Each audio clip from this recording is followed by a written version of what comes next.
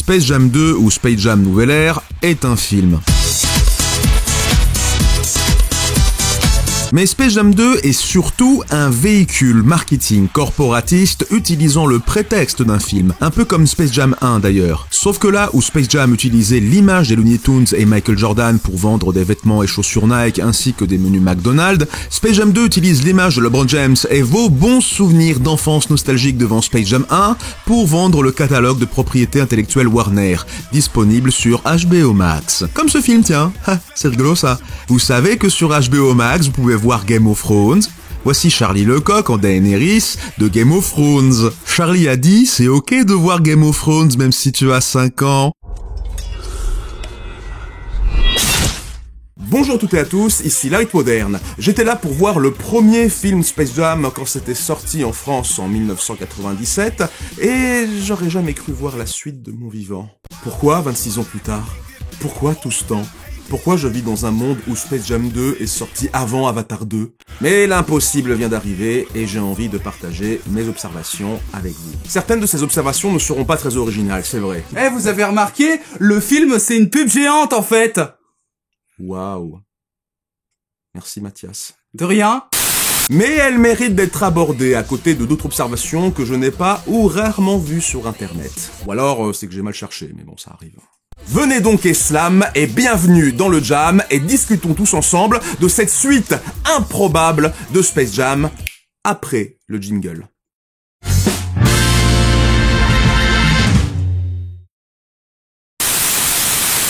Dites-moi si ça vous est déjà arrivé. Vous êtes tranquille devant votre téléphone quand tout à coup, Don Cheadle en image de synthèse vous transporte dans un monde virtuel rempli de personnages au copyright. Je suis sûr qu'on éviterait ce genre de cyber-intrusion avec NordVPN. NordVPN, c'est un réseau privé virtuel qui vous permet de masquer votre adresse IP et prendre celui d'un autre pays. C'est comme se téléporter en un instant à travers le monde grâce au serveur haute vitesse de NordVPN établi sur 59 pays, sans parler de la possibilité de connecter jusqu'à 6 appareils sur le même compte, même sur la Smart TV. NordVPN sécurise votre connexion et maintient votre vie privée. Je peux aller sur mon téléphone et regarder des images d'un personnage de Street Fighter 3 dont le nom me vaudrait des ennuis, sans craindre le regard inquisiteur des hackers, des gouvernements ou de Bugs Bunny. Je refuse qu'on me juge. Vous pouvez vous en servir pour voir des vidéos ou des films bloqués dans votre pays par YouTube ou Netflix, mais aussi vous abonner à des services VOD étrangers. Par exemple, avec NordVPN, tu peux te connecter à un serveur aux USA et ainsi t'abonner à, je sais pas, Peacock, Paramount+, HBO Max. Non, pas toi, on va parler de toi plus tard, hein. Avec la fonction CyberSec, je peux bloquer les pubs intrusives et les malwares, donnant une navigation saine et sûre pour mon appareil. Dans ta gueule, Don Cheadle en 3D, mes protections sont trop fortes pour ta sale gueule d'algorithme.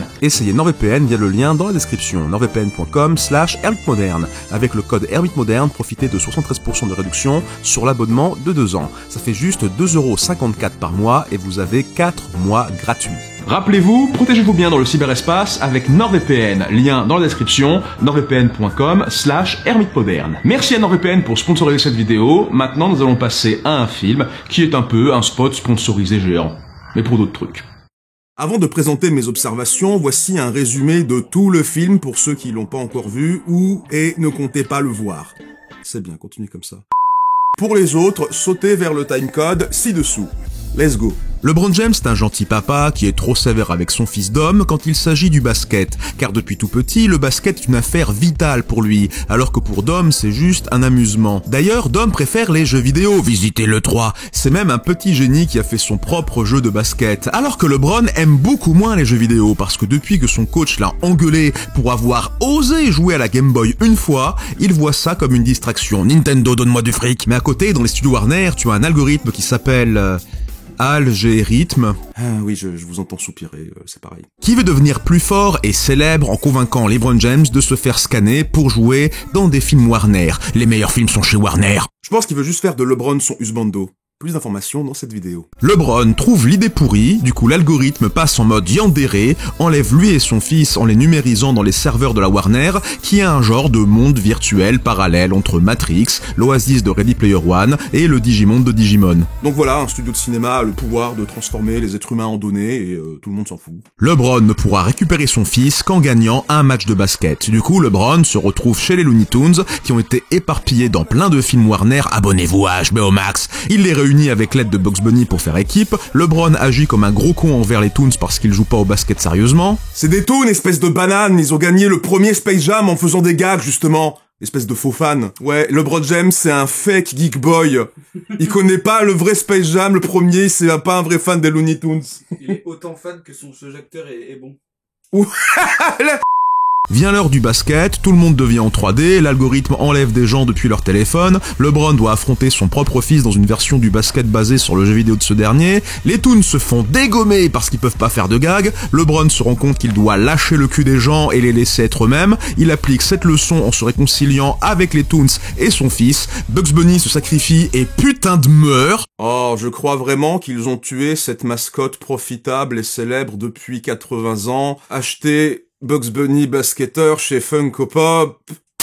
Il gagne, l'algorithme est détruit, l'humanité est sauvée, LeBron et son fils sont heureux, visitez le 3. Bugs Bunny ressuscite dans le monde réel et on finit le film avec le constat ébouriffant que la Warner a la technologie de rendre à la 2D réelle, mais qu'on n'a toujours pas de Catgirl. Fin. Abonnez-vous à HBO Max. Alors oui, remarque évidente, Space Jam 2 est une énorme publicité. Publicité de quoi? Plein de trucs. Ils essayent de provoquer l'émerveillement devant le catalogue de propriété intellectuelle Warner. Ils essayent de ramener au goût du jour ces personnages classiques que sont les Looney Tunes. Ils essayent de te vendre des abonnements HBO Max afin de profiter des films classiques Warner. Ils essayent d'asseoir davantage le statut de LeBron James en tant qu'icône sportive. Ils veulent que vos gosses trouvent le 3 cool pour d'autres raisons que l'annonce de Metroid Dread. Dread, c'est vraiment Metroid Dread, c'est le vrai nom! Et plus difficile à avaler, ils essayent de nous faire croire que Crazy Castle sur Game Boy était un bon jeu vidéo. Haha, bien essayé, mais on me l'a fait pas, moi. Au mieux, il est passable, vaguement chiant, hein, d'accord? Pour des vrais bons jeux avec Bugs Bunny sur Game Boy, je conseille le très bon Looney Tunes de Sunsoft ou Alerte aux Martiens. Space Jam 2 utilise 2 procédés pour que le spectateur le pardonne d'être un produit corporatiste et honté. Le premier procédé est bien sûr une pseudo-forme de second degré. Si t'es une grosse pub mais que tu fais des vannes envers toi-même sur le fait que t'es une grosse pub, bah ça passe. Le premier Space Jam faisait déjà ça d'ailleurs. Debout Michael, le match n'attend pas. Mettez vos Heinz, lacez vos Nike, prenez votre Gatorade, on passera prendre un Big Mac sur la route du stade. Autodérision, achetez quand même les trucs qu'on vient de citer. Certaines personnes pensent que c'est une forme d'honnêteté, de relativisation de soi. Moi je trouve pas. Non, moi je trouve que ça ressemble aux mecs qui sont genre ouais, moi je suis un connard, mais au moins je l'assume. Moi je trouve pas que c'est un signe de fierté de pas se remettre en question. Pour moi c'est juste une façon de dire tu penses que je suis racoleur? Mais je m'en bats les steaks Bigard! T'es qu'un faible consommateur, achète ma merde. Le second degré étant devenu de nos jours une carte joker pour tout, le film utilise à fond. Regardez, il a fait un trou en forme de Nike en tombant, c'est clairement de l'autodérision sur les basketteurs servant d'égérie pour Nike. Ton enfant associe maintenant la marque Nike à de l'humour sympathique et pas à plus de 50 ans de travail forcé et autre exploitation non éthique. Tu as toute une scène en début de film où LeBron James, avec son fils, visite les studios Warner pour qu'on lui présente le projet Warner 3000. C'est un procédé hyper technologique qui permet de scanner des célébrités pour les faire jouer virtuellement dans des films. Traduction pour les weebs dans mon public, ça transforme les célébrités en VTubers. Et quand LeBron commande ce projet avec les producteurs, il est genre... Oh là là, c'est historiquement prouvé que ça marche pas de forcer des sportifs à jouer dans des gros blockbusters. Dit le sportif jouant dans un gros blockbuster qui fait suite à un autre blockbuster avec un sportif. Et puis moi, qui me balade dans les univers de Batman, Game of Thrones, Harry Potter, oh là là, top 5 des pires idées. Dit le sportif jouant dans un film mélangeant plusieurs univers Warner. Oui, nous sommes des producteurs lâches et sans principe, nous retournons nos vestes en disant que ces idées sont nulles, vu qu'on aime lécher les culs des gens célèbres. Disent-ils dans ce film montrant des idées de merde approuvées par des producteurs qui... Bon, ok, d'accord, vous avez compris la démarche. Vous êtes pas aussi bêtes que les producteurs de Space Jam 2 essayent de vous faire croire. Ce genre de second degré, ça m'énerve parce que c'est un aveu, en fait, des responsables de ce film. L'aveu que les responsables savent qu'il y a des éléments pas terribles dans ce film et qu'ils... s'en foutent. Mais comme les producteurs hollywoodiens sont lâches, ils cachent leurs décisions nulles derrière une excuse intradiégétique, c'est-à-dire qui se passe dans l'univers du film que vous regardez. Du coup, si le film se moque de ses propres idées nulles qu'il vous oblige à regarder, c'est parce qu'en fait ces idées venaient du méchant du film, un vilain algorithme qui prend des décisions sans sensibilité artistique. Waouh, Space Jam 2, mais dis donc, t'as tellement pas d'âme, on dirait que t'as été fait par un algorithme en fait. Bah oui, je le sais, d'ailleurs je m'en moque en faisant de mon méchant un algorithme. Ah, j'ai compris, ok, en fait, t'as pas d'âme, mais au second degré.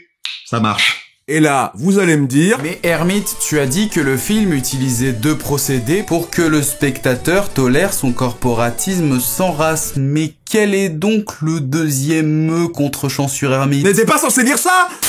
Ce film joue bien sûr sur le fanservice, comme tous les gros blockbusters basés sur des franchises en ce moment. Tout pour susciter chez nous un sentiment de nostalgie et de confort à coups de doudou audiovisuel. Bon, un peu de fanservice, ça ne fait jamais de mal, et si ça peut être utilisé de façon pertinente dans la narration, c'est encore mieux. Mais comme trop souvent, c'est juste une façon facile pour amadouer le spectateur, l'amenant à confondre qualité cinématographique avec investissement émotionnel dans une franchise. Et là, votre cerveau, il est genre, eh mais je connais ça, il y a plein de trucs que j'ai vus enfant que je connais dans ce film. Voir des trucs que je connais déjà, c'est comme une friandise pour moi. Et vu que ça arrive souvent, ça me donne l'impression que le film est globalement bien. Dopamine, sérotonine. Oui, le scénario est à la fois débile et bordélique, les moments d'émotion sont éculés, le Bro James joue comme les savates qu'il porte, le méchant n'a aucun sens, mais regardez, le géant de fer, King Kong, plein de personnages Hanna-Barbera, l'agent Smith, les Animaniacs sur la soucoupe volante, Big Chungus. C'est le genre de réaction que les gens de la Warner attendent de vous. Warner sait qu'il a un catalogue de personnages aimés et iconiques. Il le flex en public. Il compte sur votre attachement pour pardonner les lacunes cinématographiques du film. Et au passage aussi, ça vous donnera envie de voir d'autres films Warner en DVD, ou en Blu-ray, ou en VOD. Et je dis pas ça de façon hautaine, on est tous susceptibles à la pub. Même moi, quand j'ai vu le film, ça m'a donné envie de revoir Casablanca, ou Mad Max Fury Road. Mais c'est surtout aussi parce que c'était bien meilleur film que Space Jam 2. Comparons avec un autre film Warner dont le concept, l'imagerie et les idées sont reprises en moins bien dans Space Jam 2, à savoir Ready Player One.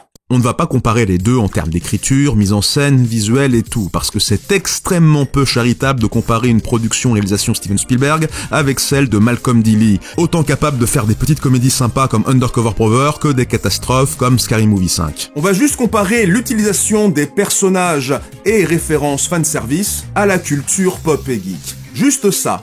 Et déjà, c'est beaucoup. Dans Ready Player One, le héros doit résoudre une énigme en explorant le passé du créateur de l'Oasis et faire rouler sa voiture à reculons lors de l'épreuve de course. Pour gagner, il doit littéralement et figurativement aller en arrière, donc symboliquement sa voiture est la DeLorean de Retour vers le futur. Le méchant du film, Nolan Sorrento, fait semblant d'aimer la culture geek pour amadouer le héros et n'est intéressé que par l'exploitation financière de l'Oasis, quitte à enlever l'âme de ce monde d'icônes geek. Ainsi, symboliquement, il pilote à la fin Mechagodzilla, une copie artificielle, contrôlable et sans âme de Godzilla, l'un des monstres les plus iconiques de la culture geek. Tu as même à un moment de l'histoire une réplique du film Superman de Richard Donner. Certains lisent guerre épée et n'y voient qu'une aventure banale. D'autres lisent l'emballage d'un chewing-gum et percent les secrets de l'univers. Réplique signifiant que Hallyday, le créateur de l'Oasis, voyait du sens et des enseignements dans ce qui pourrait être perçu comme de simples produits de consommation de masse, à savoir les comics, les jeux vidéo et tout ce qui compose la culture geek. Et c'est en trouvant du sens dans ces geekeries que nos héros gagnent leurs épreuves. Alors on va pas faire ça 3000 ans, surtout que mon camarade MJ de la chaîne Fermella a fait toute une vidéo sur le sujet. Je vous invite à regarder ça via l'affiche dans le coin. Il y a du fanservice un peu gratuit aussi, certes, dans Ready Player One, mais globalement, ça reste sensé. Il y a du sens. Du coup, la question est la suivante.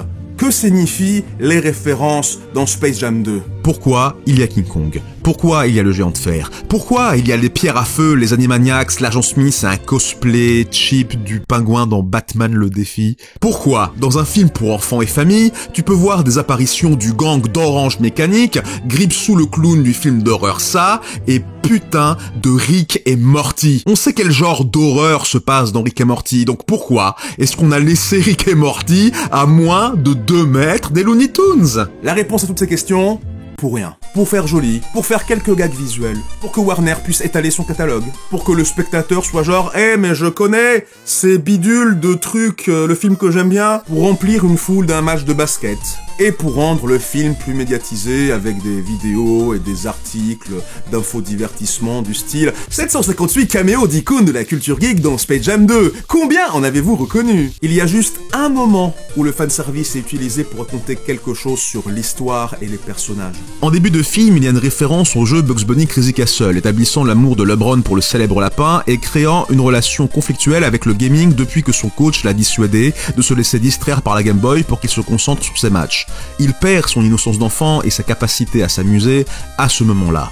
À la fin du film, effet miroir, Bugs Bunny donne son être à LeBron et son fils. LeBron se réconcilie avec la notion de rire et de s'amuser pendant un match et renoue avec son fils, ne répétant pas les erreurs de son coach, en laissant son enfant continuer à être un enfant et en encourageant sa passion pour les jeux vidéo. Ainsi, c'est un jeu vidéo avec Bugs Bunny qui amena LeBron James vers la victoire, sauvant ainsi le monde et sa relation filiale. Alors j'ai pas dit que c'était ouf comme référence utilisée pour la narration, mais au moins il y en a une, c'est quelque chose. C'est quelque chose. On peut faire bien mieux avec le concept, mais je peux imaginer que ça puisse toucher des gens, comme par exemple de jeunes spectateurs qui essayent de nouer des liens avec leur famille, qui ne comprennent pas leur passion pour les jeux vidéo, ou ce genre de choses, j'imagine que ça peut vraiment les toucher, ça. Mais avec tellement d'icônes geeks à leur disposition, c'est fou ça qu'ils aient pas réussi à créer plus de sens. Imaginez qu'à la place des trucs en images de synthèse qui composent l'équipe de basket adverse, on avait par exemple des persos de cartoons plus récents de Warner qui ont été dupés ou menacés par le méchant, genre je sais pas moi, Finn et Jake d'Adventure Time, Garnet de Steven Universe, Ben de Ben 10, Samurai Jack, Gumball, et ainsi de suite. Du coup, ce serait un affrontement entre la team old school et vieux jeux composée de LeBron James et des Looney Tunes contre la team des cartoons modernes avec le fils de LeBron. La team des ancêtres contre la team des descendants en fait. Et à la fin, on se rend compte que l'affrontement des générations est insensé, et comme LeBron qui se réconcilie avec son fils, les Toons anciens et modernes deviennent amis et se rendent compte qu'il y a de la place pour différents styles de cartoon. Ou alors je sais pas, LeBron James qui se fait intercepter son dribble par Dark Vador pour symboliser sa peur d'être un mauvais père qui écrase son fils et... Ah non, merde, oui c'est vrai, ça appartient à Disney en fait. Oui, je raconte de la merde, oublié, je dis des débilités. Tout ce que je veux dire, c'est qu'il y avait vraiment moyen de créer plus de sens avec autant de personnages fanservice. Du coup, qu'est-ce que t'as à répondre à ça, Space Jam 2 Joker. Quel Joker? Boum et Joker. D'où Jésus? Joker, à l'attaque. Et non, car j'invoque le fromage Société Crème. Maintenant, tout et Joker m'appartiennent. Sois maudit.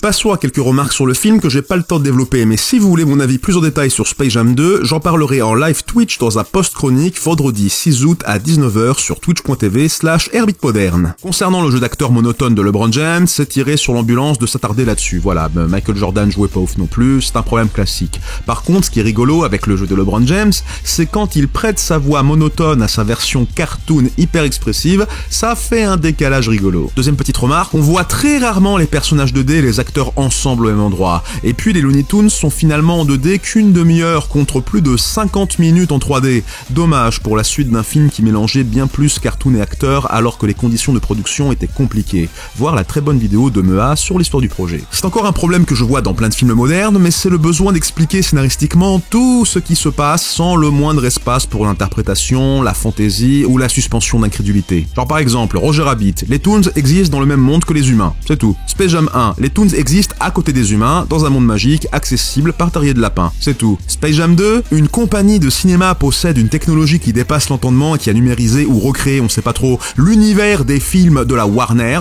Du coup, c'est pas vraiment les Looney Tunes, c'est des copies virtuelles des Looney Tunes, mais ils croient qu'ils sont vrais. Mais du coup, le premier Space Jam, il est jamais arrivé, c'est juste un film aussi. Mais pourtant, ils arrêtent pas de faire référence au premier, comme si c'était vraiment arrivé. Du coup, c'est vrai ou pas? Est-ce que les gens de Casablanca pensent que c'est des vrais êtres humains? Et est-ce qu'ils sont bloqués dans la Seconde Guerre mondiale en noir et blanc pour toujours? Et pourquoi ça les étonne pas, dans un film aussi réaliste, qu'on ait un personnage en cartoon 2D qui joue du piano?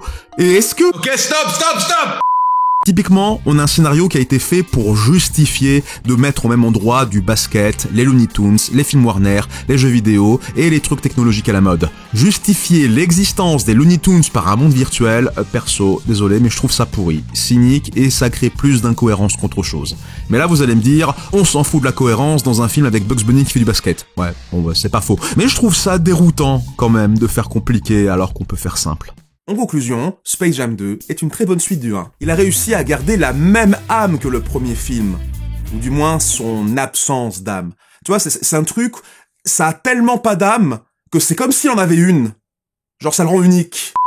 Il est mercantile, opportuniste, éhonté, corporatiste, insensé, sans imagination, et je suis sûr qu'il se brosse pas les dents avant de dormir. Mais du coup, il a réussi à injecter des éléments de cinéma moderne dans son concept des années 90. Plein d'images de synthèse ostentatoires, énormément de fanservice pour faire doudou des millennials, énormément de cynisme à base de second degré pour s'exempter de ses fautes, et le besoin de rappeler un film plus vieux pour capter l'attention des gens. Space Jam est en effet rentré dans une nouvelle ère. L'ère moderne. Ton merde, tu t'appelles Ermite Moderne? Ouais!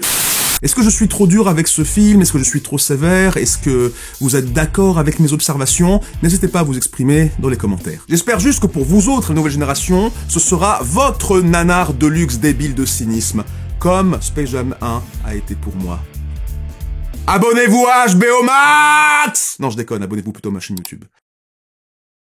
N'hésitez pas à aller plus loin dans l'expérience de mes chroniques, mais cette fois-ci en live, que ce soit de discussion ou de jeu, en allant sur twitch.tv/hermitmoderne. Bravo à GPM pour son aide précieuse dans la création de cette chronique, notamment le montage. Je vous invite à laisser un pourboire sur Tipeee et Utip pour m'aider à rémunérer son travail et sortir plus de vidéos. D'ailleurs, merci d'avoir vu cette vidéo jusqu'au bout. Si vous l'avez aimé, n'hésitez pas à liker, commenter, vous abonner et me soutenir financièrement sur Utip. Vous aurez même accès à des avant-premières. Vous pouvez devenir un Fire Tipper, soutenant de multiples créateurs en plus de moi en ne donnant qu'une fois, ou en achetant les t-shirts, sweatshirts et autres goodies Hermite Moderne. Tous les liens sont dans la description. Et merci 1000 fois à ceux qui me soutiennent aussi sur Tipeee depuis des années. Votre fidélité me comble vraiment. Si vous voulez faire partie vous aussi du club des tipeurs et accéder à des avant-premières, le lien du Tipeee est dans la description aussi. Plutôt que cette suite de Space Jam, c'est peut-être mieux de revoir pour la 15e fois qui veut la peau de Roger Rabbit. En attendant, je vous dis à très bientôt pour de nouvelles chroniques.